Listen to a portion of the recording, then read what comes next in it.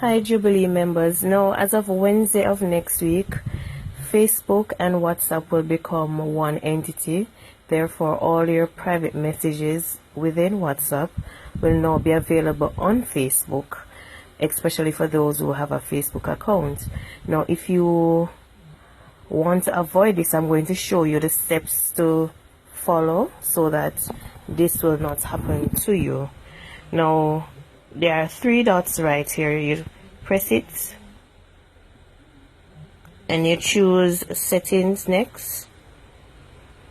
After you've chosen settings, you choose account at the top, and then it shows you down the bottom where it says share my account info, and that they're talking about is sharing your WhatsApp account information with Facebook to improve my Facebook ads and products.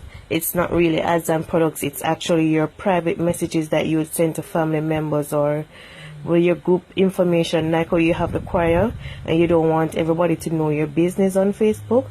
That's what they'll do. Once they merge and you have that ticked just the same by Wednesday, then all that information will become public on on Facebook. So all you do is just uncheck this box, and it says again, are you sure you don't want to use your WhatsApp account information to improve your Facebook ads and products?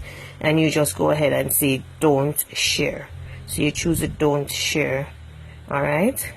And that's all you have to do. Now, it is important that everybody within your WhatsApp group knows this, because even if you do it and your friend doesn't, then the information that the friend has in their WhatsApp account will become public on Facebook. Alright guys, so you can pass it along in your choir group or your other friends that you know you communicate with daily.